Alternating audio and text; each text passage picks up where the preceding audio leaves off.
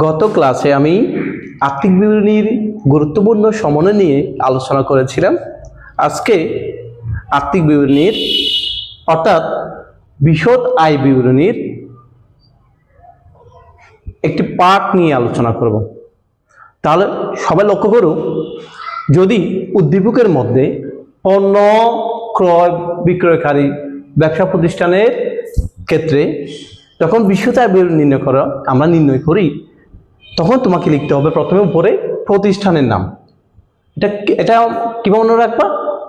ক্রয় বিক্রয়কারী ব্যবসা প্রতিষ্ঠানের ক্ষেত্রে বিশদ আয় বিবরণী যখন প্রস্তুত করব, প্রথমে লিখতে হবে উপরে কিসের নাম? প্রতিষ্ঠানের নাম। এরপর লিখবো বিশদ আয় বিবরণী, এরপরে নিচে লিখতে হবে সমাপ্ত বছরের জন্য, অর্থাৎ প্রশ্নের মধ্যে একটা সাল লিখে থাকবে, সেটা হচ্ছে সমাপ্ত বছরটা লিখে দিতে হবে। এখন যেহেতু বিশদ আয় বিবরণীটা হচ্ছে অনেক বড় একটা পার্ট, অর্থাৎ নিট মুনাফা পর্যন্ত যদি আমি নির্ণয় করতে চাই, এটা অনেক বড় একটা পার্ট। আজকে মোট মুনাফা পর্যন্ত কিভাবে নির্ণয় করে আজকে সেটা নিয়ে আমি বিস্তারিত আলোচনা করব। তাহলে লক্ষ্য করো, প্রথমে যখন তোমরা মোট মুনাফা অথবা মোট ক্ষতি নির্ণয় করবা, তখন প্রথমটাই শুরু হবে বিক্রয় থেকে। এখন বিক্রয়টা প্রথম মাঝের কলমে কেন লিখবো? কারণ হচ্ছে বিক্রয় থেকে অনেক কিছু ভাগ যায়। ধরো তোমার সম্বন্ধের মধ্যে আছে, অর্থাৎ মিলে লিখে আছে ধরো কারবারি বার্তা বা ব্যবসায়ী বার্তা। এবং কারবারি বার্তা বা ব্যবসায়ী বার্তা হচ্ছে ক্রয় থেকে বাদ যায় আর বিক্রয় থেকে বাদ যায়। তো তোমরা প্রশ্ন করতে পারো, স্যার এবার ক্রয় থেকে বাদ যায়, বিক্রয় থেকে বাদ কিভাবে যাবে? তোমরা দেখবা যদি রেয়া মিলের মধ্যে কারবারি ব্যাপারটা লিখে থাকে, অথবা ব্যবসায় ব্যাপারটা লিখে থাকে, অথবা যদি শুধু ফেরত লিখে থাকবে, মনে রাখবা যেটা ডেবিট দিকে থাকবে সেটা যাবে বিক্রয় থেকে বা কারবারি ব্যাপারটা বলে, আর যেটা তোমার হচ্ছে ক্রেডিট পাশে থাকবে সেটা যাবে ক্রয় থেকে বাদ কারবারি ব্যাপারটা বলে। অর্থাৎ যদি রেয়া মিলের মধ্যেই ব্যবসায়ী ব্যাপারটা, কারবারি ব্যাপারটা আর যদি ফেরত লিখে থাকে, তখন বিক্রয় যেটা টাকা লিখে থাকবে সেটা বাদ দিবা তোমার হচ্ছে বিক্রয় থেকে, আর যদি যেটা ক্রেডিট পাশে থাকবে সেটা বাদ যাবে ক্রয় থেকে। ঠিক আছে? এরপর হচ্ছে বিক্রয় ফেরত বা আন্ত ফেরত। এখন বিক্রয় ফেরত আন্ত ফেরত অনেক সময় হচ্ছে তোমার রেয়া মিলের মধ্যে লিখে থাকে, রেয়া মিলের মধ্যে, আর অনেক সময় হচ্ছে নিচে একটা সমন্বয় থাকবে অনেকগুলো, এই সমন্বয়ের মধ্যে লিখে থাকতেই পারে। আর যদি তোমার হচ্ছে বিক্রয় ফেরত বা আন্ত ফেরত লিখে থাকলে সেটাও বিক্রয় থেকে বাদ যায়, বাদ দিয়ে নিচে লিখবো। কারণ তোমার প্রশ্নটা থাকতে পারে অলিখিত বিক্রয় ফেরত, তখন সেটা কি করবা? অলিখিত বিক্রয় ফেরতও তোমার হচ্ছে বিক্রয় থেকে বাদ যায়, বাদ দিয়ে নিচে লিখবো। এবার তোমার প্রশ্ন লিখে আছে, ধরো রেমিল লিখে আছে ক্রয়, তোমার হচ্ছে ক্রয় বার্তা ও ব্যবসায় বার্তা, অর্থাৎ একটা ডেবিট দিকে লিখে আছে, একটা ক্রেডিট দিকে লিখে আছে। যেটা ডেবিট দিকে থাকবে এটা বিক্রয় বার্তা মনে রাখতে হবে, আর যেটা ক্রেডিট পাশে থাকবে সেটা মনে রাখতে হবে ক্রয়ের উপর বার্তা। অর্থাৎ বিক্রয়ের উপর বার্তাটা হচ্ছে বিক্রয় থেকে বাদ যায় এখান থেকে, আর যেটা হচ্ছে ক্রেডিট পাশে থাকবে সেটা হচ্ছে ক্রয়ের উপর বার্তা বলে ক্রয় থেকে বাদ যাবে। ঠিক আছে?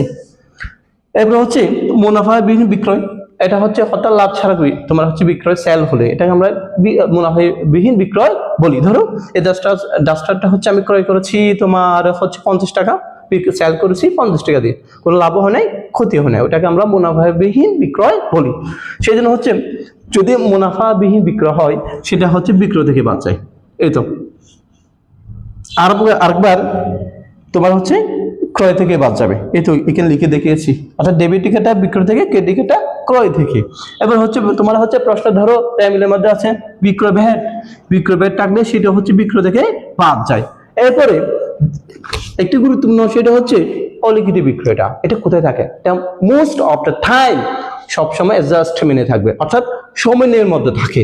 এখন এটা লিখে থাকতে পারে তোমার হচ্ছে ধরো বিক্রয়ের 2000 টাকা 1000 টাকা হিসাবভুক্ত হয় নাই, অথবা ধারে বিক্রয় এরকম লিখে রাখতে পারে, অথবা বাকিতে বিক্রয় লিখে থাকতে পারে।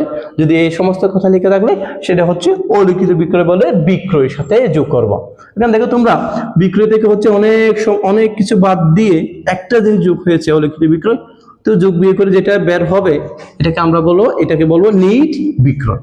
এখন নিট বিক্রয় থেকে তোমার হচ্ছে বা বিক্রিত পণ্যের যতগুলো থাকবে সেগুলো সব বাদ যাবে, অর্থাৎ বিক্রিত পণ্যের ব্যয়টা কি যায়, বাদ যায়।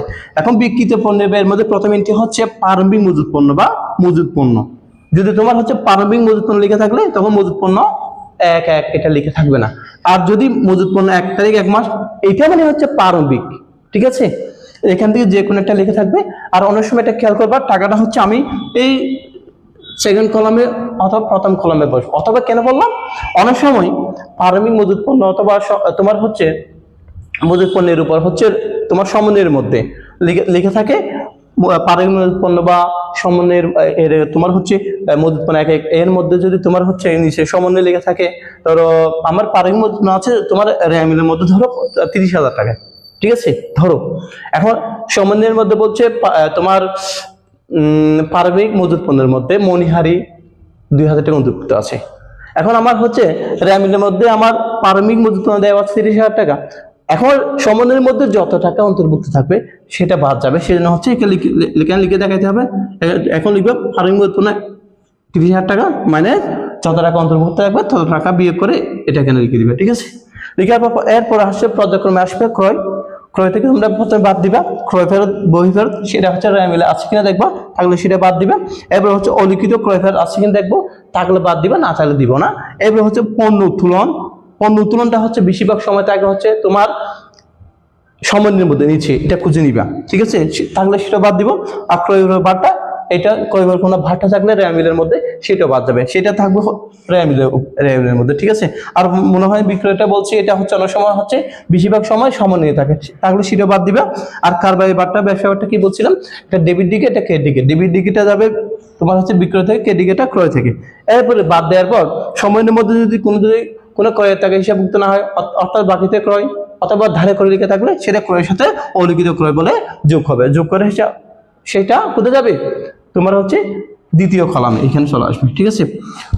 নেওয়ার পর এরপর হচ্ছে যেটা বের হবে এটার সাথে হচ্ছে প্রত্যক্ষ খরচ যোগ হবে। অর্থাৎ প্রত্যক্ষ খরচ বলতে হচ্ছে যেগুলা ক্রয়ের সাথে সরাসরি সম্পৃক্ত, জড়িত, আমরা সেটাকে প্রত্যক্ষ খরচ বলি। অর্থাৎ প্রত্যক্ষ খরচগুলো যেহেতু যোগ হয় তো লিখেছি প্রথমে আন্ত পরিবহন, এরপর লিখেছি এখানে অনেকগুলোই আছে, ক্রয় পরিবহন আছে, পরিবহন আছে, আন্ত পরিবহন আছে, আমদানি শুল্ক আছে, আর তোমার আবগারি শুল্ক আছে, নগদ শুল্ক থাকতে পারে, তারপর মজুরি আছে, জাহাজ ভাড়া আছে, জলযান ভাড়া আছে, বন্দর খরচ আছে।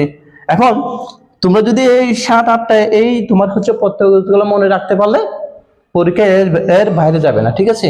এখন ধরো তোমার হচ্ছে তোমার ক্রয় পরিবহন হচ্ছে রেয়া মিলের মধ্যে হচ্ছে 5,000 টাকা, এবং সমন্বয়ে যদি বলে ক্রয় পরিবহন হচ্ছে 2,000 টাকা অগ্রিম আছে। অর্থাৎ মনে রাখবা এই প্রত্যেক খরচের উপর যদি কোনো সমন্বয়ে যদি কোনো অগ্রিম বা বকেয়া থাকলে, যে খরচের সাথে অগ্রিম বা বকেয়া থাকবে, অগ্রিম থাকলে সেই খরচ থেকে যত টাকা অগ্রিম থাকবে তত টাকা বাদ দিয়ে দেখাতে হবে। বাদ দিলে প্রথম লিখবা করে এখানে চলা তোমার হচ্ছে সেকেন্ড কলামে চলে আসবে। আর যদি বকেয়া লেখা থাকে, ধরো তোমার হচ্ছে আমদানি শুল্ক আছে রেয়া মিলের মধ্যে হচ্ছে 2,000 টাকা, নিচে সমন্বয় বলছে তোমার হচ্ছে 500 টাকা বকেয়া আছে, তো আমার আমদানি শুল্ক এখানে আমদানি শুল্ক লিখে ফেলবা 2,000 টাকা, রেয়া মিল থেকে দেখে এরপরে যোগ বকেয়া 500 টাকা। অর্থাৎ প্রত্যক্ষ খরচের সাথে অগ্রিম হলে বিয়োগ করে দিবা, আর তোমার হচ্ছে বকেয়া তাহলে কি করবা, যোগ করবা, যোগ করে এখানে চলে আসবে। আসার পর এখানে হচ্ছে এই তো তোমার হচ্ছে প্রারম্ভিক মজুত পণ্য থেকে এখানে যতগুলো যোগ বিয়োগ করবা সবগুলো লিখবা, লিখে সবগুলো যোগ করে বসাবা। বসানোর পর সেখান থেকে সমাপনী মজুত পণ্য বাদ যায়, ঠিক আছে, বাদ দিয়ে এটা এখানে চলে আসবে। আসার পর হচ্ছে টাকাটা এখানে আসবে, এরপর হচ্ছে ও নির্বিক্রয় একটা টাকা বের হবে, যে এখান থেকে এটা যোগ বিয়োগ করবো আমরা। এখন যোগ বিয়োগ করার ক্ষেত্রে একটি জিনিস তোমরা মাথায় রাখবা, আমার বিক্রয় টাকা বের হচ্ছে ধরো তোমার হচ্ছে 5 লক্ষ টাকা। এখন এখানে যোগ বিয়োগ করে ক্যালকুলেশন করে বিক্রিত মানে ব্যয় হচ্ছে তোমার হচ্ছে 4 লক্ষ টাকা। তো আমার বিক্রয় হচ্ছে 5 লক্ষ টাকা, যে 4 লক্ষ টাকা বের হয়েছে। তো যদি তোমার বিক্রয়টা বড় হয়, এটা ছোট হলে তখন হচ্ছে মোট মুনাফা বা তোমার হচ্ছে মোট লাভ হবে। আর যদি তোমার বিক্রয়টা এটা ছোট হয়, এটা যদি বড় হলে তখন মোট ক্ষতি। আমি আবারও বলি, যদি এটা এই অংশটা যদি বড় হয়, এটা ছোট হলে তখন তোমার হচ্ছে মোট মুনাফা বা লাভ হয়েছে।